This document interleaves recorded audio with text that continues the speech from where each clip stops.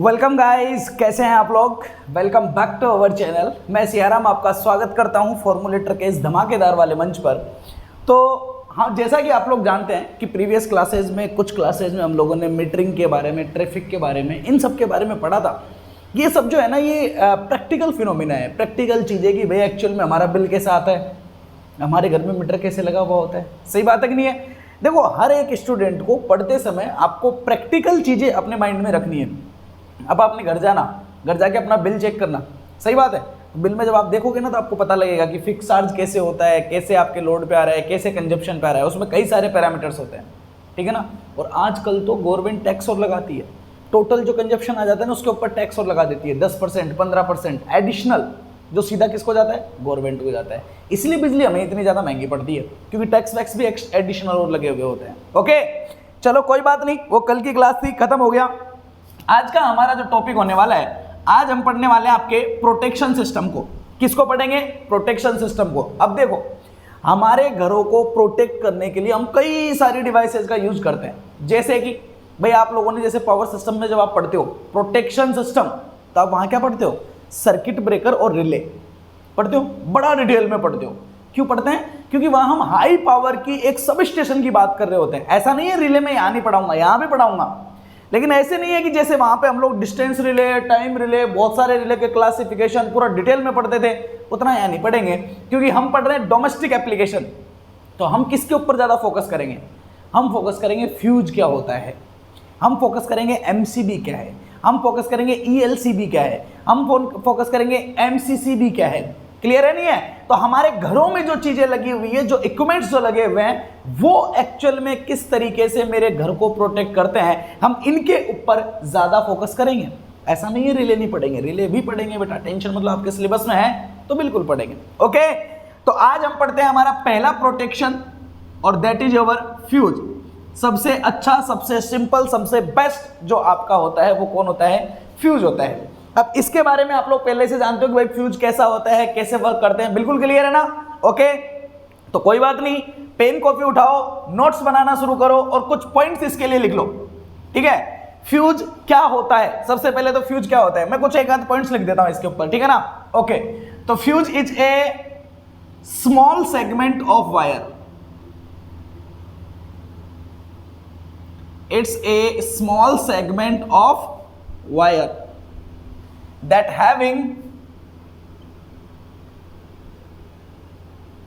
having low resistance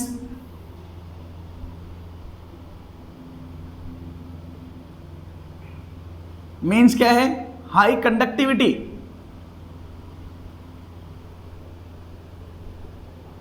okay, low resistance and low melting point.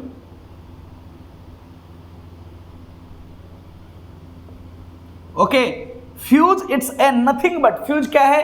एक छोटा सा wire होता है, वायर का एक छोटा सा टुकड़ा होता है जिसका रेजिस्टेंस भी बहुत कम होता है और उसका मेल्टिंग पॉइंट भी बहुत कम होता है। बिल्कुल सही बात है ना, बिल्कुल सही है। मतलब सर क्या होगा, किस तरीके से लगा हुआ होता है? समझिए, आपके घर में बाहर से बिजली आई, सही है। अब बिजली आते ही सबके पहले कहां जाती है? सबके पहले कहां जाती है बिजली? अरे सर, बिजली जाती है हमारे किसमें? मीटर बॉक्स में। किसमें? मीटर में जाती है भाई। अब मीटर में चले गई, अब मीटर से निकली बाहर, तो याद है ना फ्यूज कहां कनेक्ट किया था हम लोगों ने? जैसे यहां से मान लो दो वायर होते हैं, एक न्यूट्रल होता है, एक आपका क्या होता है? फेज वायर होता है। ये फेज हो गया, ये न्यूट्रल हो गया, ये दोनों इनकमिंग होंगे इसमें। अब यहां से बाहर निकलते हैं, तो ये न्यूट्रल बाहर निकलता है, यहां से क्या निकलता है? फेज वायर बाहर निकलता है। तो घरों में मीटर के बाद में जो नेक्स्ट इक्विपमेंट यूज होता है वो इक्विपमेंट कहलाता है हमारा, क्या आप कहलाता है? आपका फ्यूज कहलाता है। इसके जस्ट बाद में हम क्या लगाते हैं? फ्यूज लगाते हैं। तो फ्यूज हमेशा ध्यान रखना, इस तरीके से इस फेज वायर के ऊपर यहां पे इस तरीके से हम लोग क्या लगाते हैं? फ्यूज लगाते हैं। क्लियर है? तो कहां लगाया और कैसे लगाया बताओ। तो सर सबसे पहले तो फ्यूज जो होता है वो मीटर के बाद में लगाया जाता है। क्लियर है? लाइन क्लियर रखना, ध्यान रख देना, क्लियर ना। तो fuse is connected, okay, in the series. Okay, ध्यान रखना, फ्यूज जो होता है वो फेज के कैसे लगाया जाता है? सीरीज में लगाया जाता है। Okay, connected in the series after the after the meter box. कहाँ लगाया जाता है सर? मीटर बॉक्स के बाद में फ्यूज जो होता है वो फेज के कैसे लगाया जाता है? सीरीज में लगाया जाता है। यहाँ पे एक बात और खास है और बहुत ज्यादा इंपॉर्टेंट है, समझिए। हमारे घरों में जो सप्लाई होती है वो सप्लाई कौन सी होती है सर? एसी सप्लाई होती है। कौन सी होती है? एसी सप्लाई होती है। तो हम क्या करते हैं, हम एक फ्यूज लगा देते हैं। सिर्फ किस पे? फेज पे। क्या हम लोगों ने न्यूट्रल पे कोई फ्यूज लगाया है क्या? क्या न्यूट्रल पे कोई फ्यूज लगाया क्या? नहीं लगाया है।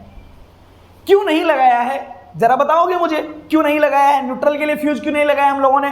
सर न्यूट्रल के लिए फ्यूज इसलिए नहीं लगाते हैं क्योंकि समझिए, अगर मान लो ये है आपका सोर्स, ठीक है, और यहां पे मान लो ये एक बल्ब है और यहां से घूम के आ रहा है ऐसे, तो आप इस वायर को बोलते हो फेज और इस वायर को बोलते हो न्यूट्रल वायर।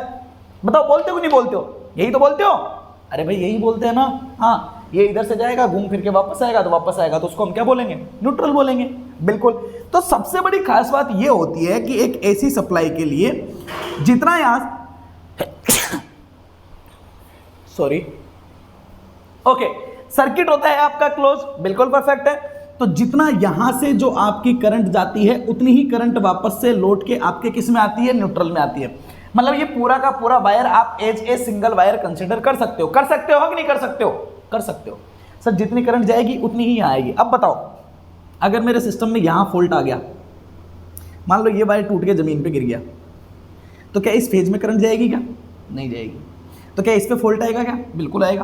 तो चाहे फॉल्ट यहां आओ या फॉल्ट यहां आओ या फॉल्ट यहां आओ या फॉल्ट यहां आओ, डायरेक्ट किसको पता चल जाएगा? फ्यूज को पता चल जाएगा। अरे समझ रहे हो नहीं समझ रहे हो? बिल्कुल। तो क्या होगा कि आपके एक एसी सप्लाई के लिए, सिंगल फेज एसी सप्लाई के लिए सिर्फ एक ही फ्यूज एप्लीकेबल होता है और फ्यूज हमेरा कहां लगाया जाता है? फेज में लगाया जाता है। तो पहली चीज तो ये है कि सर अगर मेरी सप्लाई एसी है तो कितने फ्यूज की जरूरत पड़ेगी मुझे? एक फ्यूज की जरूरत पड़ेगी। लेकिन अगर आपकी सप्लाई डीसी हो, कौन सी हो? डीसी हो। अब बताओ जरा मुझे, डीसी में एक खास बात होती है। क्या खास बात होती है? कि अगर मेरी सप्लाई डीसी है तो क्या करते हैं हम लोग? यहां से लगाई बैटरी का ये हो गया ग्राउंड, यहां से गया फेज, यहां मान लो कोई बल्ब है जो डीसी से जल रहा है, इधर से आया ये बल्ब है, तो इधर आप क्या कर देते हो? ग्राउंड कर देते हो। क्या इसको यहां से लाके वापस लाके इससे जोड़ते हो क्या? नहीं जोड़ते हो। क्यों? क्योंकि डीसी सप्लाई के लिए अर्थ जो होता है वो ग्राउंडिंग का काम कर लेता है, लेकिन एसी सप्लाई के लिए अर्थ जो होता है वो ग्राउंडिंग का काम नहीं कर पाता है। समझ में आई बात नहीं आई? बिल्कुल सही बात है। अब सोचो, अगर सिस्टम में यहां फॉल्ट आ गया, यहां फॉल्ट आ गया, यहां आ गया, यहां आ गया, कहीं भी आ गया, तो कौन निपटाएगा? यहां सप्लाई पे जो आपने फ्यूज लगाओगे यहां पे मीटर के बाद में, वो वाला फ्यूज तो इस वाले फॉल्ट को निपटाएगा। लेकिन अगर मान लो इस बल्ब के बाद में कहीं यहां फॉल्ट आ गया, तो फिर क्या करेगा? फिर तो अगर मान लो करंट इधर से जाएगी तो वो तो इसको डैमेज कर देगी। करेगी कि नहीं करेगी? बिल्कुल। तो मुझे क्या करना पड़ता है? यहां न्यूट्रल पे या ग्राउंडिंग वायर पे भी आपको एक और क्या लगाना पड़ता है? फ्यूज लगाना पड़ता है। समझ में आया या नहीं आया? ये क्वेश्चन कई बार इंटरव्यूज में पूछा जा चुका है, इसलिए आपको ध्यान में ही रखना है कि हम जो फ्यूज अप्लाई करते हैं वो एसी सप्लाई पे कितने फ्यूज लगाते हैं? एक फ्यूज से काम चल जाता है। लेकिन डीसी सप्लाई पे कितने लगाने पड़ते हैं? 2 फ्यूज लगाने पड़ते हैं। क्लियर है कि नहीं है? माइंड में क्लियर रखना ये बात। और ध्यान रखना, एसी के लिए सिंगल फेज यूज करते हैं और डीसी के लिए दोनों फ्यूज लगाने पड़ते हैं। फेज पे भी लगाना पड़ता है तो न्यूट्रल वायर पे भी आप लोगों को फ्यूज लगाना पड़ता है फॉर द डीसी सप्लाई। कोई कंफ्यूजन नहीं है ना? आगे चल सकते हैं? बिल्कुल। अब इसको मैं थोड़ा सा हटा देता हूं। अब देखो जरा, अब आप ये तो भाई अच्छे से जानते हो कि फ्यूज जो होता है वो किस तरीके से हमारे सिस्टम को क्या करता है? प्रोटेक्ट करता है। कैसे करता है प्रोटेक्ट? जरा मेरे को थोड़ा सा बताओ क्या होता है। देखो बेटा, मान लो भाई ये है मेरा फेज वायर, समझना। अब फेज वायर में यहां पे मैंने ये क्या कनेक्ट कर दिया? एक फ्यूज कनेक्ट कर दिया, ये फ्यूज का एलिमेंट। अब आगे जाके यहां पे कहीं जाके मेरा क्या लगा हुआ था? लोड लगा हुआ था। ये लोड है मेरा, सही। अब अगर मान लो गलती से भाई मान लो मेरे घर में ये फिटिंग थी पूरी, फ्यूज के बाद में ये पूरा मेरे घर में 2, 4, 5, 10 रूम है, सारे रूम्स में मेरी क्या जा रही है? करंट जा रही है। उसमें क्या है? ये कनेक्टेड है। अब सपोज दैट गलती से ये हो जाए कि यहां पे वायर जो है, मान लो किसी दिन ज्यादा करंट आई, ये वायर जो था ये यहां से क्या हुआ? पिघल गया। और फिगल के ये कहाँ अटैच हो गया, दीवार से कनेक्ट हो गया। अब दीवार से कनेक्ट हो गया तो मतलब दीवार ग्राउंड से कनेक्टेड है, मतलब यहां से ये क्या हो गया, शॉर्ट सर्किट हो गया। हुआ या नहीं हुआ? बिल्कुल सही है। मतलब आपका करंट जो था वो सीधा कहां जाना शुरू हो गया है, ग्राउंड में जाना शुरू हो गया। तो अब होगा क्या भाई, लोड आपका हट चुका है, सही बात है कि नहीं है? क्या ये करंट बहुत ज्यादा हाई होगी क्या? जरा, अरे सर सिंपल सी बात है यार, देखो ये तो छोटी छोटी चीजें हैं तो आपको पता होनी चाहिए पहले से। देखो भाई मान लो यहाँ पे लोड लगा हुआ है, मान लो ये आपका 3 ओम का मान लो लोड है, सही है। मान लो यहाँ से आपकी ये 6 वोल्ट की एक बैटरी है, ठीक है ना, एसी सप्लाई है 6 वोल्ट की, 3 ओम का आपका क्या है, रेजिस्टेंस है। तो बताओ जब ये इसको लोड को सप्लाई करेगा तो करंट कितनी जाएगी सर? 6/3 मतलब कितनी जाएगी? 2 एम्पियर जाएगी। परफेक्ट है, बिल्कुल सही है। अब मान लो, अब सपोज दैट मान लो अगर ये यहां से टच होके क्या हो जाएगा, ग्राउंड हो जाएगा, और तो क्या हो गया, लोड हट गया, यहां से करंट आएगी पूरी की पूरी यहां से जाएगी, तो इसके ऊपर रेजिस्टेंस कितना बचा सर? कुछ भी नहीं है। तो क्या करंट जो होगी वो मैक्सिमम हो जाएगी कि नहीं हो जाएगी? बिल्कुल सही बात है भाई, इस वायर का कुछ ना कुछ रेजिस्टेंस होगा, मान लो 1 ओम मान लो, तो 6 एम्पियर के अप्रोक्स करंट हो जाएगी कि नहीं हो जाएगी? बिल्कुल हो जाएगी। मतलब क्या होता है सर, जैसे ही सिस्टम में फॉल्ट आता है एक लार्ज अमाउंट ऑफ करंट का फ्लो होना शुरू हो जाता है। तो मतलब आपका फ्यूज जो होता है वो किस काम में आता है?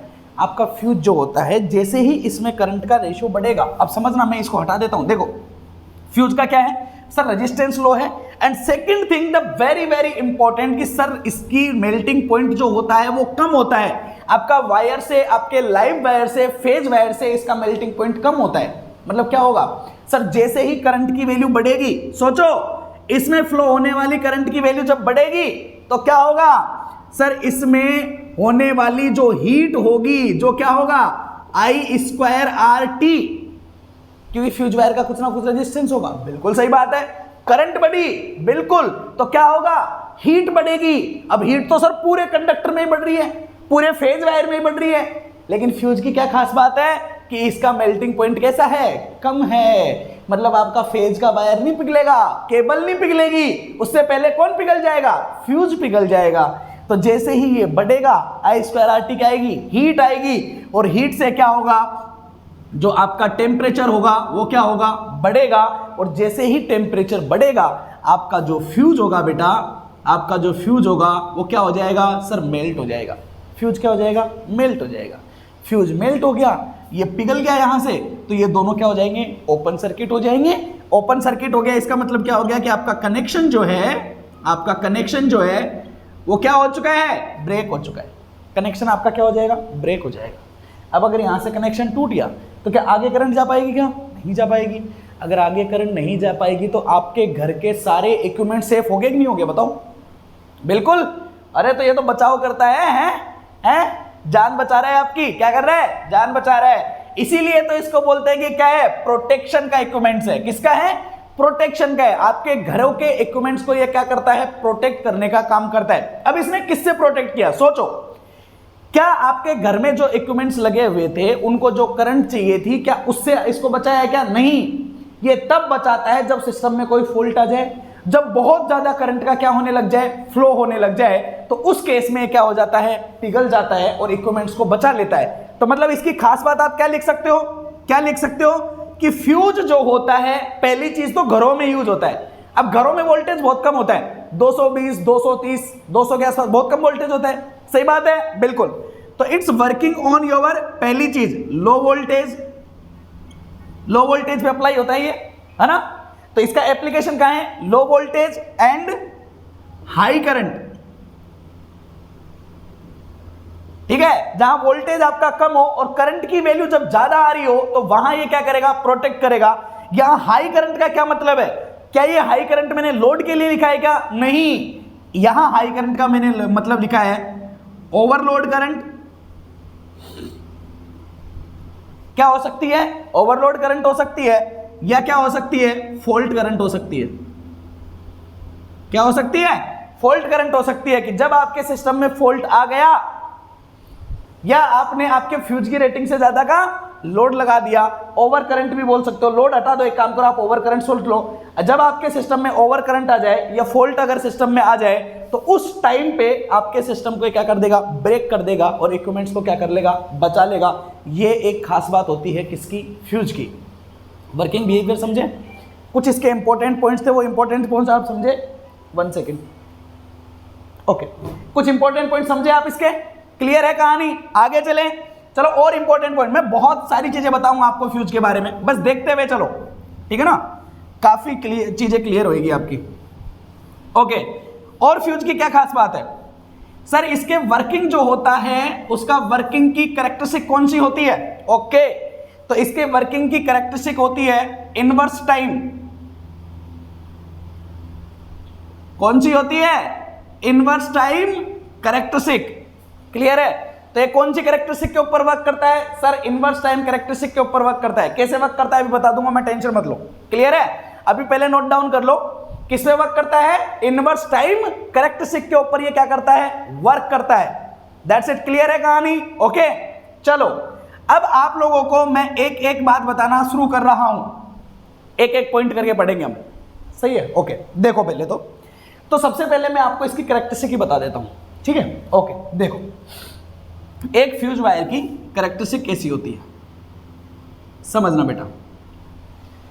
भाई क्या हुआ कि सबसे पहले तो हमने फ्यूज वायर को बनाया, तो एक काम कर दो, कैरेक्टरिस्टिक के पहले उसकी डिजाइन पढ़ लेते हैं, फ्यूज वायर की डिजाइन पढ़ लेते हैं, ठीक है? पहले बना लेते हैं, फिर उसका बिहेवियर जान लेंगे। चलो डिजाइन कर लेते हैं। अब यार फ्यूज में है क्या? फ्यूज में कुछ नहीं है, फ्यूज में एक नॉर्मल सा एक वायर है। अब वायर में क्या क्या चीजें होती है? वायर में पहली चीज तो ये आएगी कि वायर जो बनाया जाना चाहिए वो किस मटेरियल का बनाया जाना चाहिए। भाई अगर मैं फ्यूज बना रहा हूं, अगर मैं फ्यूज बना रहा हूं तो फ्यूज का मटेरियल क्या होना चाहिए? पहली बात क्या, किस किस चीज को देखेंगे? मटेरियल को। किसको देखेंगे? मटेरियल को देखेंगे, सही बात है, बिल्कुल। अब मान लो मैंने मटेरियल डिसाइड कर लिया, मैंने बोला मान लो मुझे चांदी का फ्यूज बनाना है। किसका? चांदी का बनाना है। चलो मान लिया कि चांदी का बनाना है, एग्जांपल। अब मान लो चांदी डिसाइड होगी कि भाई मैं चांदी का बनाऊंगा। ओके, फिर क्या डिसाइड किया जाएगा कि फ्यूज वायर जो होना चाहिए उसकी मोटाई कितनी होनी चाहिए। दूसरा क्या डिसाइड किया जाएगा कि फ्यूज वायर जो होना चाहिए वो कितना लंबा होना चाहिए। भाई तीन ही चीज होगी डिजाइन करने में, क्या क्या होगा? मोटाई कितनी होनी चाहिए, लंबाई कितनी होनी चाहिए, और वायर जो होना चाहिए वो किस मटेरियल का होना चाहिए। तो तीन चीजें फ्यूज वायर को डिजाइन करने में हेल्पफुल रहती है। तो फ्यूज वायर को डिजाइन करने में पहली जो पैरामीटर होता है, वो पहला पैरामीटर क्या होता है? क्या होता है? Material of the fuse wire. Clear है कि नहीं है? ओके, अब भाई मुझे बनाना है एक फ्यूज वायर। अब अगर मुझे फ्यूज वायर बनाना है तो उसका मटेरियल मुझे कैसा लेना चाहिए, इस बात को हमको ध्यान में रखना पड़ेगा। बिल्कुल सही बात है। तो भाई फ्यूज वायर की खास बात के हिसाब से मटेरियल कैसा होना चाहिए? क्या वो हाईली कंडक्टिव होना चाहिए, अच्छे से करंट को फ्लो कराए, या हाईली रेजिस्टिव होना चाहिए? सर हाईली कंडक्टिव होना चाहिए। अब हाईली रेजिस्टिव क्यों नहीं होना चाहिए ये बताओ जरा मुझे। अब सही बात है, तो सर उसका एक रीजन है, समझना बेटा, एक एक चीज को समझो। भाई मान लो यहां पे सप्लाई है आपकी, अब सप्लाई के बाद में ये हो गया एनर्जी मीटर, और एनर्जी मीटर के बाद में यहां पे लगा हुआ है फ्यूज, और आगे जाके आपके क्या लगे हुए हैं? घरों के सामान लगे हुए हैं। अब एक बात बताओ बेटा, अगर आपके घरों के सामान लगे हुए हैं तो जब नॉर्मल दिनों में ये चलेगा तो आपके घरों के जो इक्विपमेंट्स, मान लो यहाँ पे टीवी लगी हुई है तो टीवी को करंट चाहिए, बिल्कुल सही है, तो उसने सप्लाई से मंगाया, इधर से सप्लाई से मिलेगा। अगर मान लो इस फ्यूज का रेजिस्टेंस ज़्यादा है तो इसके अक्रॉस वोल्टेज ड्रॉप ज़्यादा हो जाएगा। वोल्टेज ड्रॉप ज़्यादा हो जाएगा तो आपके घर के जो इक्विपमेंट्स, भाई आपके घर पे तो वोल्टेज अच्छा खासा आ रहा है, लेकिन इनके अक्रॉस आने वाला वोल्टेज आपको कैसा मिलेगा? कम मिलेगा। तो आपके घर के इक्विपमेंट्स अच्छे से वर्क नहीं करेंगे। तो फ्यूज जो होना चाहिए उसका रेजिस्टेंस ज़्यादा हाई नहीं होना चाहिए, अदरवाइज इसके ऊपर रेजिस्टेंस का ड्रॉप पाया जाएगा और वो एडिशनल लॉसेज को क्या करेगा? रिप्रेजेंट करेगा। इसकी वजह से लॉस ज़्यादा हो जाएंगे और उनका भी बिल आपको भरना पड़ेगा, क्योंकि ये एनर्जी मीटर के पीछे लगा हुआ होता है। सही बात है कि नहीं है? बिल्कुल सही है। तो इस वजह से इसका रेजिस्टेंस ज़्यादा हाई नहीं लिया जाता है। तो मटेरियल की क्या खास बात होनी चाहिए? सर मटेरियल की पहली खास बात ये होनी चाहिए कि लो रेजिस्टेंस। ये अभी मैंने लिखवाया भी था आपको, ठीक है, फिर से क्लियर हो गया। सेकंड चीज, सर अगर रेजिस्टेंस लो है तो कंडक्टिविटी ऑटोमेटिकली कैसी होगी? हाई होगी। बिल्कुल क्लियर है, रेजिस्टेंस लो होना चाहिए, कंडक्टिविटी हाई होना चाहिए। इन दोनों चीजों को मुझे ध्यान में रखना है। तीसरी खास बात एक और होती है, और वो खास बात क्या है उसको जरा ध्यान से समझना। वो खास बात ये है कि जब इन्वायरमेंट में अगर आप एक वायर को रख देते हो, एक खुले वायर को छोड़ देते हो, तो आप जानते हो कि इन्वायरमेंट में बहुत सारी चीज़ें होती है, जैसे मॉइस्चराइज होता है, धूल के कण होते हैं, वो जब उसके ऊपर लगते हैं तो धीरे धीरे क्या होता है कि धीरे धीरे वायर जो होता है वो डिग्रेड होना शुरू कर देता है। डिग्रेड होना क्यों शुरू कर देते हैं? क्योंकि उसके ऊपर हो सकता है जंग का लगना शुरू हो जाए, या इन्वायरमेंटल इफेक्ट की वजह से वो डैमेज होना शुरू कर देता है। होता है कि नहीं होता है? बिल्कुल। ऑक्साइड की लेयर बन हो सकती है, उसके ऊपर ऑक्साइड की लेयर बन जाए। आप जानते हो ना, सफेद सफेद सी लेयर बन जाती है, जानते हो? तो ऑक्साइड की लेयर बन सकती है। तो क्या होना चाहिए इसके लिए? एक खास बात और होनी चाहिए कि हमको मटेरियल जब बनाए तो मटेरियल को हमको क्या करना चाहिए, उसको ऑक्साइडेशन से फ्री रखना चाहिए, मतलब उसका ऑक्साइडेशन नहीं होना चाहिए, ऑक्सीकरण जिसको बोलते हैं। सही बात है ना? तो इसको एक चीज का हम लोगों को और ध्यान रखना है कि हम लोगों को इसे फ्री फ्रॉम ऑक्साइडेशन बनाना है। क्या बनाना है? Free from oxidation. अब ऑक्साइडेशन से फ्री बनाना है तो इसका मतलब उसके ऊपर एनवायरनमेंट का इफेक्ट ज्यादा नहीं पड़ना चाहिए। इसलिए आप लोगों ने कभी फ्यूज को देखा होगा, फ्यूज में होता है वायर, और वायर को चारों तरफ से उसकी कोटिंग कर दी जाती है। किससे? ग्लास से। आपने देखा होगा ना, ग्लास का बना होता है जिसके बीच में फ्यूज होता है। होता है कि नहीं होता है? बिल्कुल होता है। तो ऑक्साइडेशन से बचाने के लिए तो हम किस चीज का यूज में लेते हैं? ग्लास का यूज में लेते हैं। किसका यूज लेते हैं? ग्लास। ग्लास से फ्यूज वायर को क्या करते हैं? पूरे को सराउंड कर देते हैं। देखा होगा आप लोगों ने अच्छे से। सही बात है कि नहीं है? बिल्कुल सही है। अब ये दोनों खास बात रखनी है, तो इन दोनों को, खास बातों को, इनको ध्यान में रखते हुए फ्यूज वायर के लिए जो मटेरियल यूज में लिए जाते हैं प्रैक्टिकल लाइफ में, वो आपके दो मटेरियल है। ठीक है ना? एक जो मटेरियल है, ठीक है, ओके, इधर ही लिख देता हूं मैं। एक जो मटेरियल है वो तो आपका मिक्स मटेरियल है। दो मटेरियल को मिक्स करने के लिए एक मिश्र धातु बनाई जाती है, ठीक है ना? उसमें दो मटेरियल का मिक्स होता है। किस किस का होता है? उसमें एक तो होता है आपका लीड होता है, एक क्या होता है? आपका टिन होता है। इन दोनों को मिला के आज के हमारे घरों में जो आपका फ्यूज लगा हुआ होता है उसका मटेरियल होता है लीड प्लस टिन। इन दोनों को मिला के एक मटेरियल बनाई जाती है, मिश्र धातु। उससे आपका क्या बनाया जाता है? मटेरियल बनाया जाता है। इसमें लीड होता है आपका 37% और कितना बच गया? 63%। ये होता है 63% के आसपास। क्लियर है? ओके। तो ये जो होता है ये आपके लो करंट्स के लिए काम में करता है। किसके लिए? लो करंट्स। मतलब इसकी जो कैपेसिटी होती है, इस आपका जो फ्यूज होता है इसकी जो कैपेसिटी होती है, भाई कैपेसिटी का क्या मतलब है? कैपेसिटी का मतलब है कि वो मैक्सिमम करंट, जितनी मैक्सिमम करंट को एक फ्यूज या कोई भी एलिमेंट सहन कर सकता है, बिना पिघले उसको कंटिन्यूसली फ्लो करा सकता है, वो उसकी क्या होती है? कैपेबिलिटी होती है। तो इसकी कैपेबिलिटी होती है वो 15 से 20 एम्पियर के आसपास होती है। इससे ज़्यादा के लिए इसको हम यूज में नहीं लेते हैं, नहीं ले सकते हैं। तो इसकी कैपेबिलिटी बहुत ज़्यादा हाई नहीं होती है, 15-20 के आसपास होती है। हमारे नॉर्मल घरों में, हमारे घरों में जो लगता है वो यही होता है। ओके। लेकिन अगर मान लो घर का लोड अगर मान लो बहुत ज़्यादा है, या मान लो कि बड़ी मशीनें हैं, सही बात है कि नहीं है? बिल्कुल। तो वहाँ पे फिर जो फ्यूज यूज में लिया जाता है, उसके लिए जो मटेरियल यूज में लिया जाता है वो यूज में लिया जाता है आपका क्या? सिल्वर। क्लियर है? नहीं है? चांदी। वहाँ पे फिर आपके चांदी का बना हुआ है। अब चांदी का ऐसे नहीं है कि चांदी का बना हुआ है, महंगा तो आएगा, बिल्कुल सही बात है, लेकिन इतना सा 1 इंच 2 इंच के बराबर ही तो वायर होता है, इतना सा ही होता है बस। सही बात है कि नहीं है? बिल्कुल। तो उतना सा ही वायर होता है।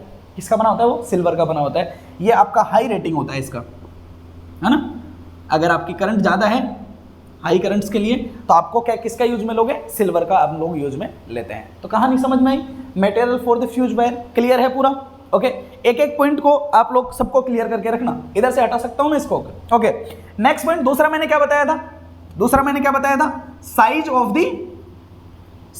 Of the fuse wire. अब यहां पे साइज का क्या मतलब है? साइज का मतलब है मोटाई, थिकनेस की मैं बात कर रहा हूं। अब हमारे कंडक्टर कैसे होते हैं? गोल होते हैं। सही बात है? बिल्कुल। तो उसका डायमीटर कितना होना चाहिए? अब ये किस चीज के ऊपर डिसाइडेड होगा? और दूसरी चीज यहां पे एक और आ जाता है, लेंथ ऑफ द फ्यूज। तीसरा, length of the fuse wire.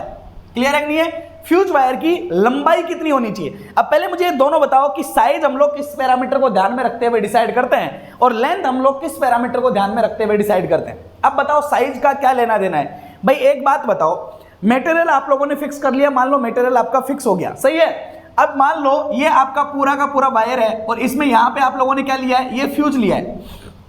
अब मटेरियल आपका फिक्स हो गया, तो बताओ इसकी कितनी मोटाई लेनी चाहिए और कितनी नहीं लेनी चाहिए, उससे क्या फर्क पड़ेगा? सर रेजिस्टेंस जो आर होता है वो होता है रो एल अपॉन ए, मतलब क्रॉस सेक्शनल एरिया रेजिस्टेंस को क्या करता है, अफेक्टेड करता है, रेजिस्टेंस को क्या करता है, अफेक्ट करता है। जितना ज्यादा क्रॉस सेक्शनल एरिया लोगे रेजिस्टेंस कम होगा, अगर रेजिस्टेंस कम होगा तो इसके अक्रॉस जो वोल्टेज ड्रॉप होगा वो वोल्टेज ड्रॉप आपका क्या हो जाएगा, कम हो जाएगा। अब वोल्टेज ड्रॉप किसके अकॉर्डिंग होता है, सर वोल्टेज ड्रॉप होता है आई मल्टीप्लाई विद आर, करंट के अकॉर्डिंग होता है। सही बात है कि नहीं है, बिल्कुल सही है। यहां पे एक चीज और है, क्या चीज है, ध्यान से समझना। अगर मान लो यहां पे मैं बोलूं कि ये फ्यूज है, अब ये फ्यूज जो है अगर इस फ्यूज की मैं कैपेसिटी की बात करूं, अब कैपेसिटी क्या होती है, कैपेसिटी होती है दो चीजों की कैपेसिटी, ध्यान में रखना। इलेक्ट्रिसिटी में बेसिकली दो ही चीजें हैं, एक है करंट और दूसरा है वोल्टेज। कौन कौन है, एक है करंट और दूसरा कौन है, वोल्टेज है। अब मान लो कि अगर मैंने इस फ्यूज पे, मान लो कोई फ्यूज लगा हुआ है, ये क्लियर है, ओके। मान लो मैंने बोला इस फ्यूज का कुछ रेजिस्टेंस है, थोड़ा सा रेजिस्टेंस है, मान लो आर इसका क्या है, रेजिस्टेंस है, क्लियर है कहानी, मान लो इसका आर रेजिस्टेंस है। अब यहां पे आपके घर के इक्विपमेंट्स लगे हुए हैं, इधर से गई करंट, अब करंट गई तो इस फ्यूज के अक्रॉस थोड़ा सा क्या हो जाना है, ड्रॉप हो जाना है, बिल्कुल सही बात है ना, बिल्कुल सही है। मान लो वी ड्रॉप हो गया, आई इंटू आर के बराबर हो गया। तो एक बात बताओ, इस फ्यूज में से कितनी करंट गई, क्या बता सकते हो कितनी करंट गई? सर मैंने देखा आई, तो मैं देखूंगा कि इसके अक्रॉस कितना ड्रॉप हुआ डिवाइड बाई इसका रेजिस्टेंस। अब यह हुआ कि फ्यूज में से जाने वाली करंट। अब मैंने बोला कि फ्यूज की रेटेड करंट, अगर मैं क्या बोलूं कि फ्यूज की रेटेड करंट क्या है, तो रेटेड का क्या मतलब होता है, रेटेड का मतलब होता है मैक्सिमम वैल्यू जहां तक ये फ्यूज हेल्थी तरीके से ऑपरेट कर सके, मतलब पिघले ना और अच्छे से आराम से वर्क कर सके। सही बात है। तो एक रेटेड करंट की अगर मैं बात करूंगा तो ये करंट आप कैसी रखना चाहोगे, मिनिमम से मिनिमम हो या मैक्सिमम से मैक्सिमम हो? सर मैं तो ऐसा फ्यूज बनाना चाहूंगा जो अच्छे अच्छे लोड्स के ऊपर अच्छे से काम कर सके, मतलब उसकी रेटिंग ऑफ द करंट अच्छी खासी हाई होनी चाहिए। एक अच्छी रेटिंग का हम लोग क्या बनाना चाहते हैं, इक्विपमेंट्स बनाना चाहते हैं। परफेक्ट है कि नहीं है, बिल्कुल सही है। अगर इसकी रेटिंग अच्छी खासी होनी चाहिए तो वोल्टेज ड्रॉप का कम होना चाहिए, और वोल्टेज ड्रॉप को कम करने के लिए रेजिस्टेंस का क्या होना चाहिए, कम होना चाहिए। और अगर रेजिस्टेंस आपको कम करना है तो R equal to rho L upon A होता है, तो उसका क्रॉस सेक्शनल एरिया कैसा होना चाहिए, ज्यादा होना चाहिए। मतलब cross sectional area of the fuse wire must be higher than your phase conductor. Clear है कि नहीं है? फेज कंडक्टर से फ्यूज का वायर का साइज जो होता है वो कैसा होता है, मोटा होता है। क्लियर है, पहली चीज। तो size of the fuse wire कैसा होता है, ये थिक होता है। कैसा होता है, थिक होता है। लेकिन ये क्वेश्चन आप लोगों से नहीं पूछा जाता कि ये मोटा होता है कि पतला होता है, नहीं, ये नहीं पूछा जाएगा। आपसे पूछा जाएगा कि मोटाई किसके द्वारा डिसाइड की जाती है, दैट्स इंपॉर्टेंट। तो मोटाई डिसाइड की जाती है किसके द्वारा, करंट के द्वारा। सही बात है। अगर रेटेड करंट ज्यादा रखनी है तो रेजिस्टेंस कम रखना पड़ेगा, बिल्कुल परफेक्ट है। तो ये जो होती है, तो साइज ऑफ द, ये इंपॉर्टेंट है, ये लाइन जो मैं लिख रहा हूं इसको माइंड में बिठा ही लेना कि size of the fuse wire is decided by the current capacity, ठीक है, या by the current capacity of the fuse. Clear है कि नहीं है? ये आपकी करंट कैपेसिटी के ऊपर क्या होता है, डिसाइड होता है। ये हमेशा ध्यान में ही रखना, ओके। और अगर आपको मैं ये और बता दूं कि किस तरीके से, इसको मैं हटा दे सकता हूं ना, ये लिख लिया होगा आप लोगों ने, ओके। देखो, अगर मैं आपको ये और बताऊं कि किस तरीके से डिसाइड होता है, तो आप लोगों ने अगर कभी पढ़ा हो, इतना डिटेल में हम जाएंगे नहीं, ठीक है, लेकिन फिर भी देख लो। अगर आप लोगों ने कभी पढ़ा हो तो एक लॉ होता है जिसको बोला जाता है फ्यूज लॉ। पढ़ा है कभी आप लोगों ने फ्यूज लॉ, जो ये बताता है कि फ्यूज में फ्लो होने वाली करंट कैपेसिटी उसके डायमीटर के ऊपर, डायमीटर का मतलब होता है कि वो कितना मोटा है, उसके डायमीटर के ऊपर किस तरीके से डिपेंड करती है। तो यहां पे आप लोगों ने देखा होगा कि I इक्वल्स टू के डी की पावर 1.5, क्या ये लो आप लोगों ने पढ़ा है कभी, okay. That's called your fuse law. It's your current capacity of the fuse, this is the diameter of your fuse. और ये के जो होता है ये फ्यूज के मेटेरियल के ऊपर डिपेंड करता है, ये एक कांस्टेंट वैल्यू है। क्लियर है कि नहीं है? तो यहां पे आई जो है ये क्या है आपकी, that is your current capacity. Perfect है, ओके। के क्या है, के एक कांस्टेंट है यहां पे, ठीक है। और ये करता है आपका depend on the material, depend on the material of the fuse wire. Clear है? फ्यूज वायर के मटेरियल के ऊपर डिपेंड करता है। And the next thing is your D, D is your diameter, क्या है बेटा, diameter of the fuse wire. Clear है, किसका डायामीटर है, फ्यूज वायर का डायामीटर होता है यहाँ पे डी। तो आप लोगों को क्लियरली दिख रहा है, देखो ध्यान से, क्या क्लियरली दिख रहा है कि नहीं दिख रहा है, बिल्कुल दिख रहा है सर, कि current capacity will depends on the size of the conductor. Perfect है, बिल्कुल सही है। अब जरा मुझे ये बताओ, length of the fuse wire किसके ऊपर डिसाइड होती है, फ्यूज वायर को कौन डिसाइड करता है, उसकी लेंथ को, इसको हटा दूं मैं, बिल्कुल परफेक्ट है। फ्यूज वायर की लेंथ को कौन डिसाइड करता है कि फ्यूज वायर कितना लंबा होना चाहिए, बताइए जरा। देखो, तो ये समझने के लिए आप फ्यूज वायर के ऑपरेशन पे जाओ। क्या ऑपरेशन पे जाओगे, देखो बेटा क्या है सर, ये है हमारा फ्यूज कंडक्टर और यहां लग गया मेरा फ्यूज, ये फ्यूज है बेटा, मान लो आपका ये लंबाई है, इतनी लंबाई का मैंने ले लिया, ठीक है। अब आगे जाके आपके घर के इक्विपमेंट्स लगे हुए हैं। अब मान लो सपोज दैट किसी दिन ओवर करंट आ गया, ओवर करंट आ गया तो क्या होगा भाई, सप्लाई तो बंद नहीं है, सप्लाई तो चालू है, ओके। तो घर में यहाँ पे सप्लाई तो आ रही है, परफेक्ट है, तो यहाँ आपकी सप्लाई तो है। अब मान लो ये घर में जो इक्विपमेंट्स लगे हुए थे, मान लो ये यहाँ पे एक फैन लगा हुआ है और ये इस तरीके से जाके नीचे, अब क्या हुआ, मान लो कि ये जाके दीवार से टकरा गया, यहाँ पे क्या हो गया, शॉर्ट सर्किट हो गया इधर। अब घर में अंदर बहुत सारी चीज़ें लगी हुई थी, फैन, कूलर, पंखा, बहुत सारा लोड था, बराबर तरीके से चल रहा था। जैसे ही ये शॉर्ट हुआ, एकदम से यहाँ पे करंट की वैल्यू क्या हो जाएगी, बढ़ जाएगी। अब ध्यान से समझने वाली बात क्या है, ध्यान से समझने वाली बात यह है कि मान लो आपके घर में आने वाला वोल्टेज 230 वोल्ट है, कितना है, 230 वोल्ट, सही। जब यहाँ पे लगा हुआ था, आराम से इधर चल रहा था, इधर चल के थोड़ा बहुत मान लो हल्का सा कोई वोल्टेज ड्रॉप आपके फ्यूज के क्रॉस हो रहा होगा, मान लो मैंने बोल दिया कि 1 वोल्ट के आसपास बोल दिया कि मान लो इतना सा, वैसे 1 वोल्ट भी नहीं होता फ्यूज का, तो बहुत कम रेजिस्टेंस होता है, ठीक है ना। तो मान लो जब ये आराम से चल रहा था तो इसके ऊपर मान लो छोटा मोटा, मान लो 1 वोल्ट ही मान लिया आपने, 1 वोल्ट के क्रॉस इसके ऊपर वोल्टेज ड्रॉप हो रहा था, बाकी तो यहाँ मिल ही रहा था 239, तो आपके इक्विपमेंट्स चल रहे थे। अब क्या हुआ, फॉल्ट आया, ये हो गया शॉर्ट। अब जैसे ही शॉर्ट हुआ, समझिए ये हो गया ग्राउंड, ग्राउंड हो गया तो यहाँ वोल्टेज कितना हो गया, 0 वोल्ट, और यहाँ सप्लाई पे वोल्टेज कितना है, 230 है या नहीं है, बताओ, बिल्कुल है, बिल्कुल है। अब क्या होगा सर, जैसे ही ये आया, इसका रेजिस्टेंस बहुत कम है, इसके ऊपर अप्लाइड वोल्टेज बहुत ज़्यादा हो गया, इसमें हाई अमाउंट ऑफ करंट का फ्लो होगा, आई, और उस करंट को हम क्या बोलते हैं, उस करंट को हम बोलते हैं फ्यूजिंग करंट। क्या बोलते हैं, फ्यूजिंग, क्या बोलेंगे, फ्यूजिंग करंट। लो इसका क्या मतलब है भाई, फॉल्ट करंट जो आई, ठीक है, फॉल्ट करंट आई जो फ्यूज में होते हुए जाएगी और फ्यूज को क्या कर देगी, पिघला देगी, तो ये वो करंट होती है जो फ्यूज को पिघला देती है, रेटेड फ्यूजिंग करंट बोलते हैं उसको, सही बात है। अब इसमें हाई अमाउंट ऑफ करंट जाएगी, तो आप लोगों को फ्यूज का प्रोसेसिंग पता है, हाई करंट जाएगी, हीट प्रोड्यूस होगी, हीट प्रोड्यूस होगी, इसको पिघलाएगी, पिघलाएगी तो ये यहाँ से पिघल जाएगा। अब ये इस तरीके से यहाँ से पिघल गया, पिघल गया तो ये क्या बन जाएगा, ये ओपन सर्किट हो गया, यहाँ से लेके यहाँ तक। हुआ या नहीं हुआ, बताओ, बिल्कुल सही है। अब ये कितना ओपन सर्किट होगा, ये उतना डिस्टेंस बनेगा दोनों के बीच में जितना लंबा यहाँ पे क्या होगा, फ्यूज होगा, बिल्कुल सही है। अब मान लो यहाँ से लेके यहाँ तक इस फ्यूज की लंबाई कितनी थी, L थी, कितनी थी, मान लो L थी। अब जैसे ही ये फ्यूज पिघला, ये हो गया ओपन सर्किट, कितनी लंबाई का ओपन सर्किट हुआ, L लंबाई का हुआ। इसके टर्मिनल के ऊपर जब आपने वोल्टेज देखा तो आपको पता लगा इधर से 0 है, इधर से 230 है, मतलब यहाँ पे वोल्टेज डिफरेंस कितना है, 230 है। अब अगर मान लो दो अलग अलग वोल्टेज और बीच में कौन है, इंसुलेटर, इंसुलेटर का मतलब यहाँ बीच में कौन है, हवा है, हवा, हवा क्या होती है, इंसुलेटर होता है, बिल्कुल सही बात है। तो अगर इस टर्मिनल पे और इस टर्मिनल पे वोल्टेज में डिफरेंस है तो यहां बीच में क्या डेवलप हो जाएगा, इलेक्ट्रिक फील्ड। क्या डेवलप हो जाएगा, इलेक्ट्रिक फील्ड। ये बिहेवियर वैसा हो गया जैसे आप लोगों ने क्या बोलते हैं, सर्किट वगैरह पढ़ा, सर्किट ब्रेकर वगैरह अगर पढ़ा हो तो सर्किट ब्रेकर का बिहेवियर सेम यही होता है कि नहीं होता है। तो जैसे ही ओपन हुआ यहाँ इलेक्ट्रिक फील्ड डेवलप हो गया और वो इलेक्ट्रिक फील्ड यहाँ पे आर्क प्रोड्यूस करेगा और आर्क की वजह से क्या जा सकती है, करंट का फ्लो हो सकता है, आप लोग अच्छे से जानते हो।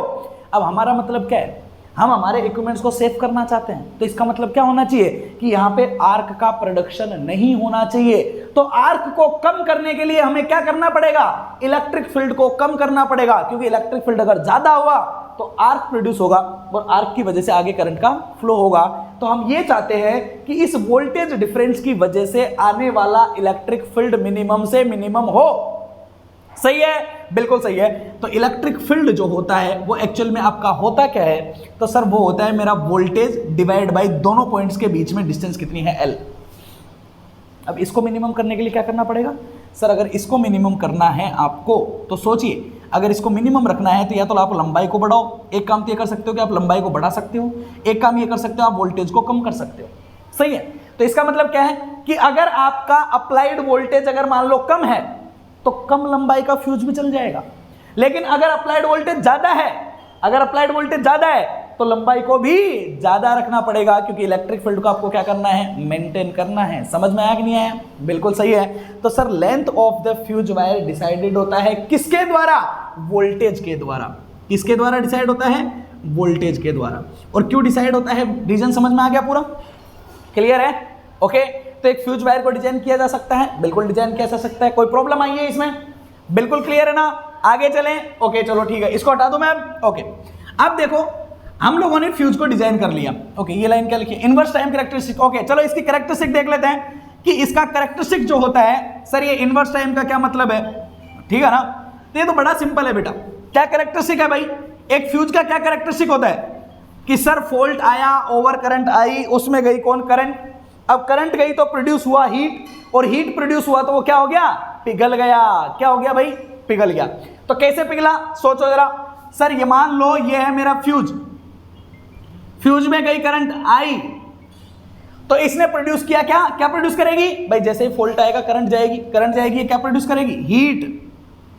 कितनी प्रोड्यूस करेगी, I²R_T। क्या इस हीट की वजह से ये फ्यूज वायर पिघल जाएगा या नहीं पिघलेगा, ये डिपेंड करेगा कि ये किस मटेरियल का बना हुआ है। किसके ऊपर डिपेंड करेगा, इसके मेल्टिंग पॉइंट के ऊपर डिपेंड करेगा। भाई जैसे मान लो हम लोग बोलते हैं ना कि पानी 100 डिग्री सेंटीग्रेड पे उबलना शुरू कर देता है, तो फिक्स है ना, उसका पानी है 100 पे उबल रहा है, फिक्स है उसका, सही बात है। तो एक मटेरियल का मेल्टिंग पॉइंट फिक्स होता है कि वो इतने टेम्परेचर पे पिघलना शुरू कर देगा। अगर उससे ज्यादा टेम्परेचर हुआ तो फ्यूज वायर पिघल जाएगा, उससे कम टेम्परेचर हुआ तो फ्यूज वायर नहीं पिघलेगा। सही बात है कि नहीं है, बिल्कुल सही है।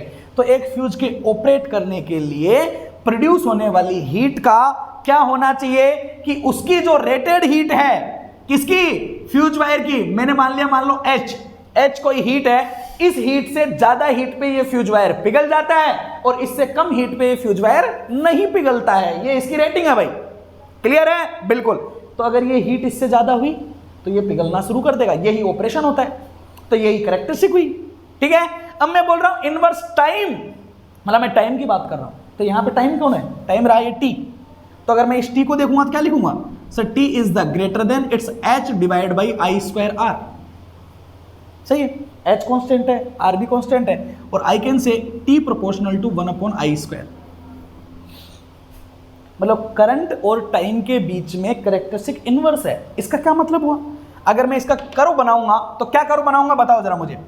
मैंने बोला कि सर अगर मान लो यहां मैंने ले लिया मेरा टाइम और यहां मैंने ले लिया करंट, तो पहली बात तो यह है कि ये जो होता है वो हर किसी करंट पे नहीं पिघलता है। इसकी रेटेड करंट से ज्यादा करंट जब पिघलने वाली करंट फ्लो होती है तो ही पिघलता है, सही है। तो मान लो ये मिनिमम इतनी करंट पे तो नहीं पिघलता है।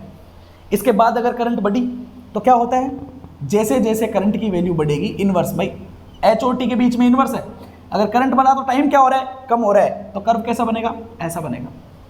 कैसा कर्व है ये, कैसा कर्व है, ओके। हाइपरबोला है ये, तो कौन सा, रेक्टेंगुलर हाइपरबोला। क्या है ये, रेक्टेंगुलर हाइपरबोला है, ठीक है। तो कैसा कर्व होता है, करंट और टाइम के बीच में रेक्टेंगुलर हाइपरबोला होता है। अब समझिए जरा बात को, यहां पे एक बात छुपी हुई है। क्या छुपी हुई है, समझिए। अगर फॉल्ट ज्यादा हुआ तो टाइम कम होगा, अगर फॉल्ट करंट कम है तो टाइम ज्यादा लगेगा। इसका मतलब क्या है, इसका मतलब यह है कि फ्यूज वायर के पास में भी एक खास बात है। क्या खास बात है भाई, मान लो मैंने बोला कि फ्यूज वायर की कैपेबिलिटी है कि वो 20 एम्पियर तक की करंट को सहन कर लेता है, ये उसकी मैक्सिमम रेटिंग है।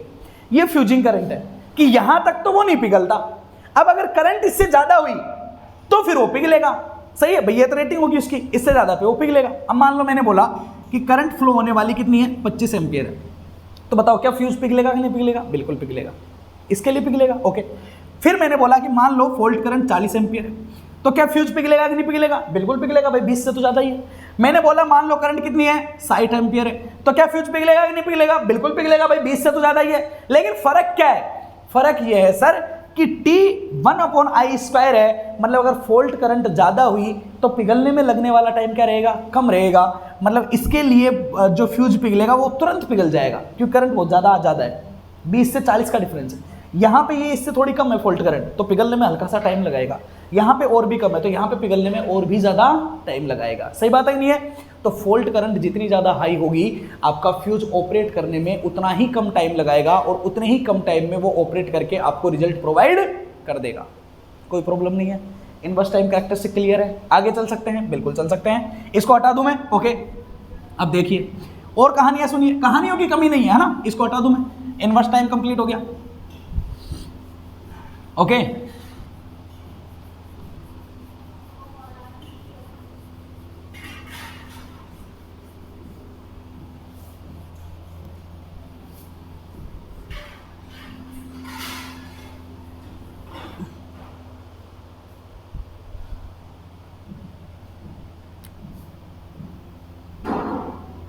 ओके, अब अदर पैरामीटर्स और जान लीजिए, ठीक है ना?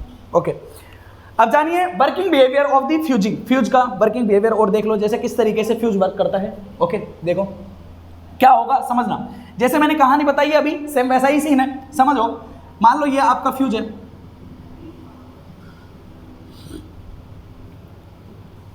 ओके, ये मान लो आपका क्या है? फ्यूज है। अब क्या होगा कि मान लो मैंने बोला कि इस फ्यूज की कुछ रेटेड करंट है।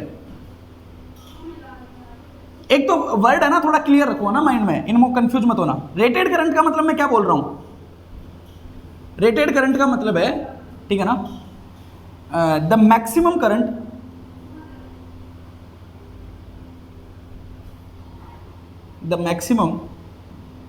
करंट that can flow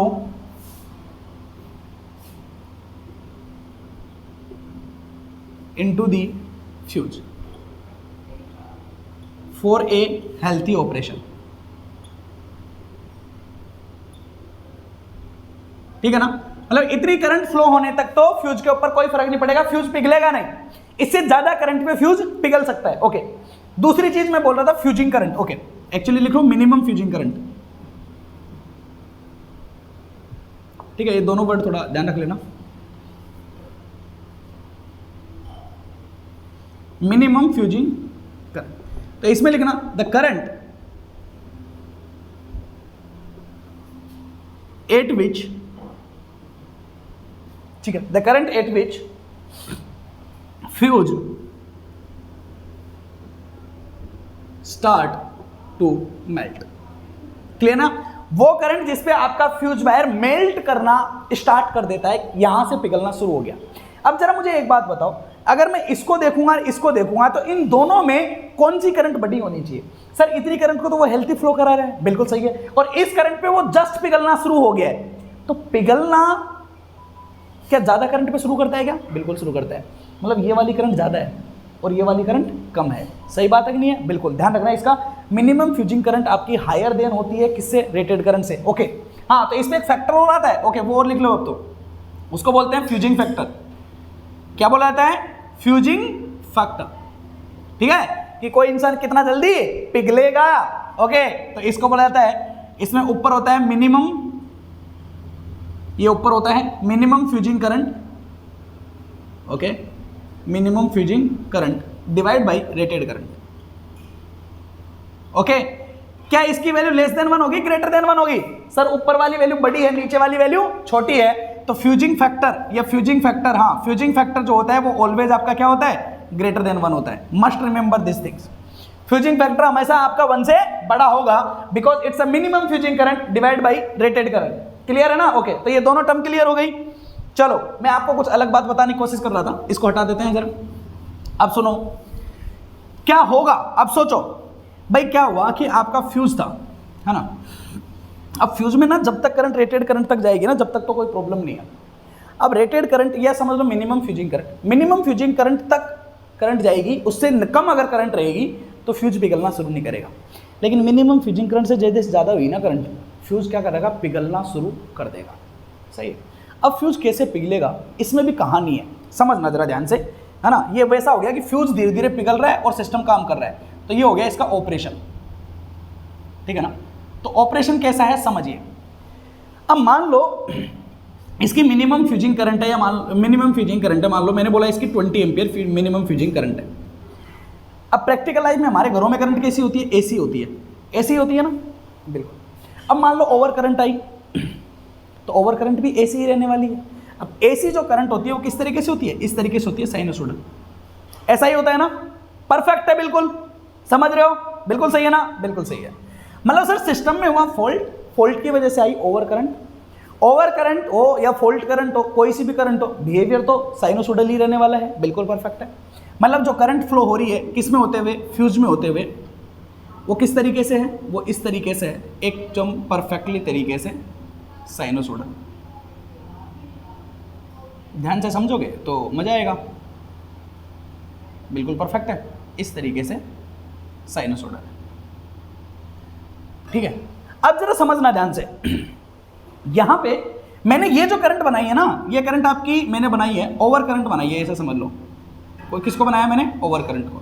और इस एक्सिस को मैंने लिया है ना, मैंने इसको 0 एम्पियर नहीं लिया है, मैंने इसको मैं मान लेता हूं, चलो सपोजेड मैंने मान लिया इसको मिनिमम फ्यूजिंग करंट, ठीक है। थोड़ा समझने की कोशिश करना, ठीक है।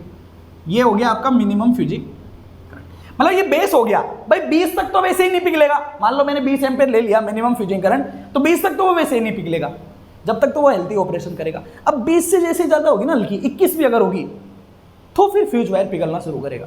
यही होती है ना कहानी, यही होती है, बिल्कुल, अरे यही होती है, बिल्कुल यही होती है। अब क्या होगा समझो, जैसे ही करंट इस मिनिमम फ्यूजिंग करंट से ज्यादा होगी, फ्यूज वायर क्या करेगा, पिघलना शुरू करेगा। अब ऐसा थोड़ी है कि फ्यूज वायर ने पिघलना शुरू किया, जस्ट पिघल गया, ना ना ना ना ना भाई, फ्यूज वायर इतना मोटा है, इतना लंबा है, सही बात है। जैसे लोहा पिघलता है तो धीरे धीरे धीरे धीरे पिघल के नीचे गिरना शुरू होता है कि नहीं होता है, एक बार में थोड़ी पूरा टूट के नीचे गिर गया, ना ना ना, पिघलना शुरू हुआ है, लेकिन स्टिल वो अभी तक कनेक्टेड है। अगर कनेक्टेड है तो करंट का फ्लो अभी भी करा रहा है, सही बात है कि नहीं है, बिल्कुल सही बात है। मतलब सर यहां से उसने पिघलना शुरू किया है, लेकिन कनेक्टेड तो है, करंट जारी है। अब जैसे जैसे करंट बढ़ती जाएगी वो पिघलता जाएगा, पिघलता जाएगा, पिघलता जाएगा, पिघलता जाएगा, पिघलता जाएगा। एक टाइम ऐसा आएगा जिस टाइम पे जाके आपका फ्यूज वायर पूरा का पूरा पिघल जाएगा। मान लो यहां पे इस पॉइंट पे जैसे करंट भाई बढ़ती जा रही थी, बढ़ती जा रही थी, ओवर करंट थी, बढ़ रही थी, बढ़ रही थी, बढ़ रही थी, बढ़ रही थी, यहां पे जाके आपका फ्यूज वायर पूरा का पूरा पिघल गया। मतलब वो थोड़ा थोड़ा टूट टूट के नीचे गिर रहा था, गिर रहा था, गिर रहा था, गिर रहा था। अब करंट इतनी बढ़ गई है कि वो पूरा का पूरा अब वो पूरा पिघल चुका है। मतलब यहां से लेके यहां तक इस टाइम में क्या हो रहा था, क्या इस टाइम में वायर पिघल रहा था, बिल्कुल सही बात है। तो इसमें क्या हो रहा था, इसमें आपका जो फ्यूज था वो फ्यूज क्या हो रहा था, मेल्ट हो रहा था। इसमें आपका फ्यूज जो था वो फ्यूज क्या हो रहा था, मेल्ट हो रहा था, धीरे धीरे धीरे धीरे धीरे धीरे क्या कर रहा था, वो पिघल रहा था, ठीक है ना। तो इस टाइम को, ये जो टाइम है इतने से इतने टाइम तक, इस टाइम को बोलते हैं हम फ्यूजिंग टाइम। क्या बोलते हैं इसको, फ्यूजिंग टाइम, या बोल सकते हैं मेल्टिंग टाइम, सही बात है। इतने टाइम में क्या हो रहा था, मेल्ट हो रहा था। अब बताओ, मेल्ट होने के बाद में जब ये पूरा का पूरा मेल्ट हो जाएगा तो ये क्या बन जाएगा, ओपन सर्किट बन जाएगा, बनेगा। ये क्या हो गया, ओपन सर्किट हो गया, हो गया।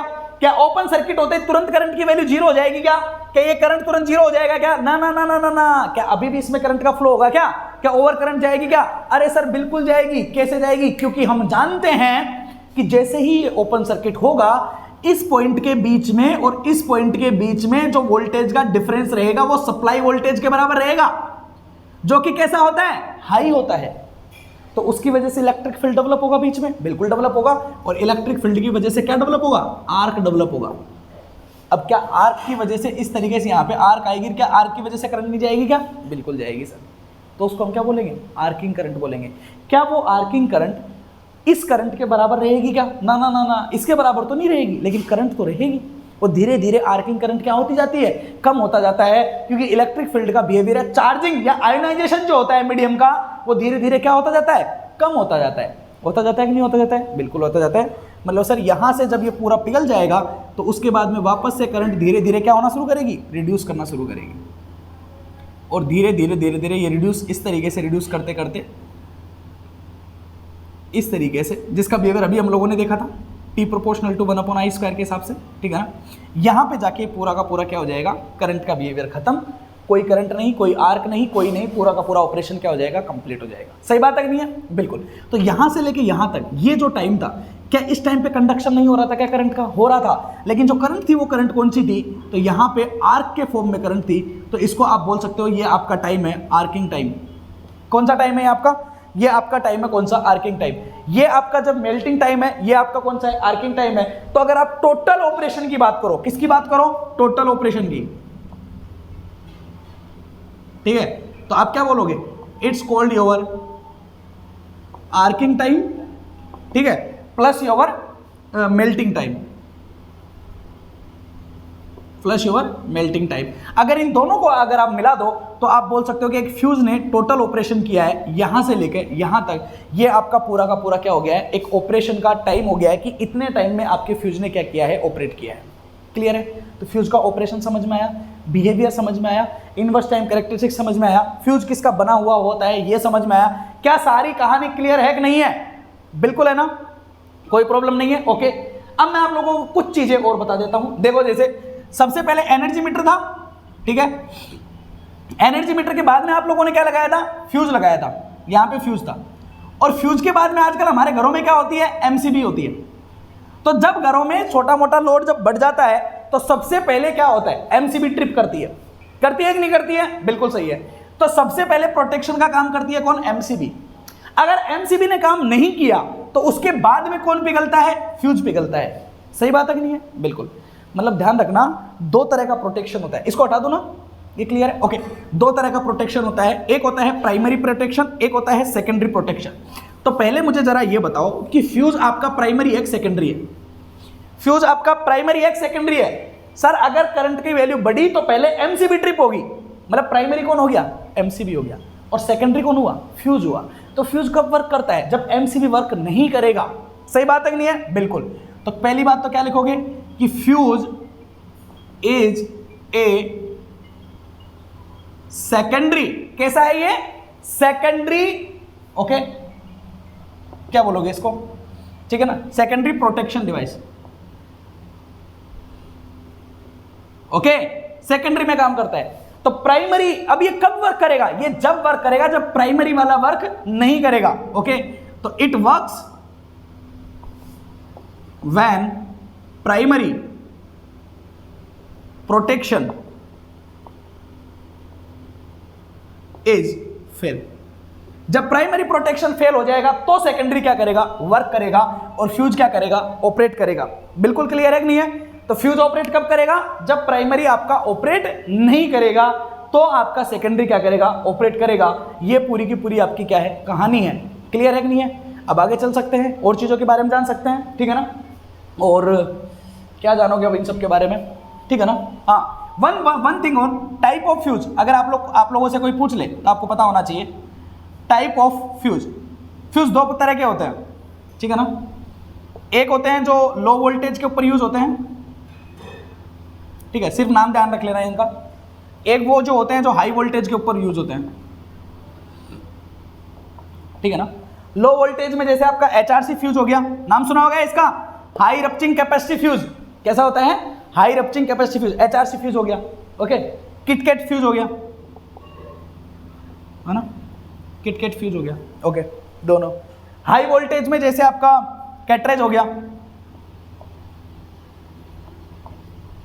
ओके, और हाई वोल्टेज में आपका लिक्विड हो गया, ठीक है। लिक्विड फ्यूज में जो लिक्विड के लिए जो यूज में लेते हैं वो लेते हैं CCl4 को, ध्यान रखना है, ठीक है ना, कार्बन टेट्रा क्लोराइड। तो कैटरेज फ्यूज, लिक्विड फ्यूज, ये आपके हाई वोल्टेज फ्यूज है।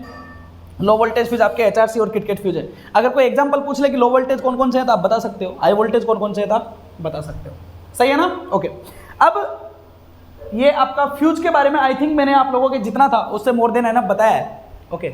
आई थिंक सब कुछ मैं आप लोगों को फ्यूज के बारे में बता चुका हूँ। फ्यूज के बारे में कुछ एक आध चीज़ें और है जो आप ध्यान रख सकते हो। अगर मैं ये बोलूँ कि फ्यूज के एडवांटेज क्या क्या है, तो जरा आप मुझे बता सकते हो कि फ्यूज के एडवांटेज क्या क्या है? सही है, क्या क्या एडवांटेज है फ्यूज के? तो पहला एडवांटेज तो ये है कि फ्यूज जो है ना, ये क्या कहता है, सबसे सिंपल और चीप और मतलब सबसे सस्ता, ये आपका क्या है, प्रोटेक्शन है, चीप प्रोटेक्शन है, एकदम सबसे सस्ता और बेहतरीन प्रोटेक्शन है, पहला एडवांटेज। एडवांटेज नंबर सेकंड, इसमें क्या है, ये सेल्फ ऑपरेटेड है, ये सेल्फ ऑपरेटेड, मतलब इसको ऑपरेशन करने के लिए हमें कोई कमांड वगैरह नहीं देनी पड़ती, अगर करंट ज्यादा हुई तो खुद से ऑपरेट कर लेगा, सेल्फ ऑपरेशन है इसका, बिल्कुल सही है, सस्ता है, सेल्फ ऑपरेशन है, बिल्कुल परफेक्ट वाला, ठीक है ना। और ये हर तरह की करंट को मतलब इजीली तरीके से आप इसको क्या कर सकते हो, इंस्टॉल कर सकते हो, सही बात है। अच्छे से क्या करता है, डिवाइस को प्रोटेक्ट करता है, आपको प्रोटेक्शन की कोई जरूरत नहीं है, सही बात है कि नहीं है। तो ये सब इसके क्या है, लो मेंटेनेंस वर्क, इसमें कोई मेंटेनेंस की जरूरत नहीं है, एक बार आपने इसको लगा दिया तो ये लगा रहेगा, ऐसा नहीं है कि आपको हर 5 महीने बाद में या 6 महीने बाद में इसको चेक करने की जरूरत है, नहीं, मेंटेनेंस वर्क इसका बिल्कुल नहीं है, लो मेंटेनेंस वर्क के ऊपर ये काम करता है। तो इसके सारे एडवांटेज ही एडवांटेज है। डिसएडवांटेज इसका सिर्फ एक है, क्या डिसएडवांटेज है, अगर ये एक बार यूज में आ गया, अगर ये वायर पिघल गया एक बार, तो फिर आप इसे दोबारा यूज में नहीं ले सकते हो, फिर आपको नया फ्यूज ही लगाना पड़ेगा, सही बात है। तो रिप्लेसमेंट इसका सबसे बड़ा डिसएडवांटेज है, अगर ये आपका एक बार यूज में हो गया तो फिर आपका ये दोबारा यूज में नहीं हो पाएगा, फिर आपको नया फ्यूज ही क्या करना पड़ेगा, लगाना पड़ेगा। क्लियर है कि नहीं है? एक ही इसका डिसएडवांटेज है, सेल्फ रिप्लेसमेंट। एक इसका डिसएडवांटेज और है, ठीक है, वो ये है कि करंट को ये क्या करता है, डिस्क्रिमिनेट नहीं कर पाता है। डिस्क्रिमिनेट का क्या मतलब है, जैसे मान लो कोई फॉल्ट करंट है, सही बात है, या तो कोई फॉल्ट करंट है या कोई स्टार्टिंग करंट है, जैसे मोटर की स्टार्टिंग करंट होती है, वैसे स्टार्टिंग करंट पे फ्यूज काम नहीं करता है, सही बात है।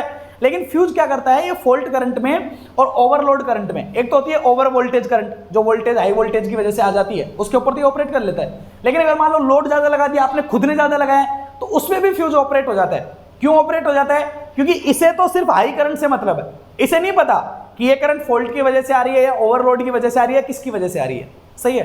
तो करंट में डिस्क्रिमिनेशन नहीं कर पाता है। करंट में डिस्क्रिमिनेशन जैसे रिले होता है, वो सब चीजें होते हैं, वो ब्रेन होता है उनके पास, ऐसा समझ लो, तो वो उनमें डिस्क्रिमिनेट कर पाते हैं, ये नहीं कर पाता है। क्लियर है? थोड़ी अंदर की बात होगी, चलो कोई बात नहीं, पर ओके, आपको पता होना चाहिए। मिलते हैं अगली क्लास में इसी जोश और जुनून के साथ में, जब तक के लिए शुक्रिया, खैर सब्बा खैर, thank you very much, thank you.